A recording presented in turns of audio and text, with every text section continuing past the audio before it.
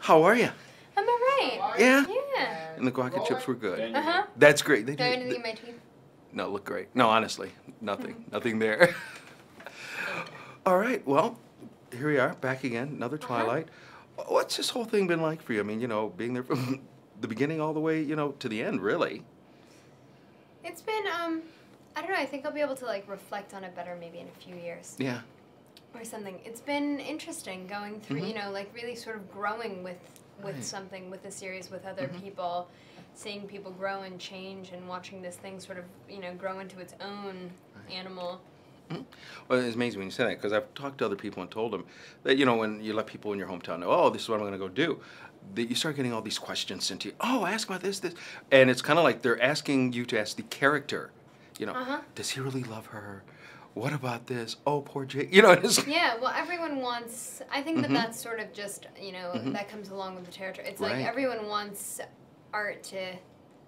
life to imitate art. Yeah. You know, that's just, that's what they want. They want to believe it because they're so invested in the characters and everything else. So that's what they're curious about. And of course, everybody wants to know, what's this wedding look like?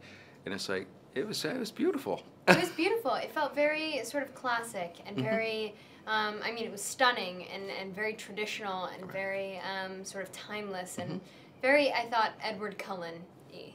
Yes. You know? Right. And when I talked to the director, Bill, we were talking about that. I can see it now. There'll be girls sitting with their dads going, this is what I want. That's funny. Well, I mean, I just got married. My wedding was nothing like theirs, but it was, I guess maybe, my dad didn't plan it, so I didn't really go through that. But I guess if it's very traditional, girls will have their dads plan their wedding, so they'll be asking him to make it like Edward and Bella's. Right.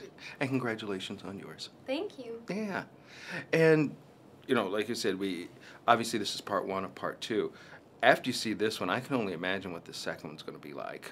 Me too. I haven't seen. I just saw this one day before yesterday, and so I mean, I was very pleased and impressed with Bill, and I felt like it feels like a complete picture. You know, I mean, personally, I didn't feel like I walked in and saw half of a movie because they wanted to release the other half later. I mean, it needed to be made into two movies. No, and you're right, because this one, I mean, where it ends, it's an ending. Yeah, you know? It's an ending, and you feel like it's complete, you know? You feel like you went and saw what you wanted, and then you left at a good, I mean, it would have been 6 hours otherwise, you know? Right. Yeah. Right, and I can see people now, they're like, oh, well, I'll stay, I'll do it. I'm sure there are. And then for you, I mean, you know, obviously when you're putting a lot of this stuff together, you're, you know, acting out just like the green screen or what have you. What was it like when you got to see this on the big screen? It's different, you know, things, especially with a movie where, like, there's a lot of, you know, like there's a lot of CGI stuff, so wolves and all that are added in later on, and a lot of the sound effects, and I think we all use our imagination a lot while we're filming. I mean, you have to when you play characters like this. Vampire, you know, we're in the vampire, wolf sort of world, and so you have to accept that it won't come together until the end. Right. Yeah. And we talked about that. It's kind of like, it's got to be, you know, like being a kid. Because when all of us were kids, I don't think it mattered if you were a boy or girl. You know, there was one time you'd play monsters, you know, where you're vampires, you're wolf people, you're Frankenstein or what have you. And boom, you get to do it in one of the biggest franchises there is. I know. I got lucky. I did. Yeah. It's been really, really wonderful being a part of this. And so I think...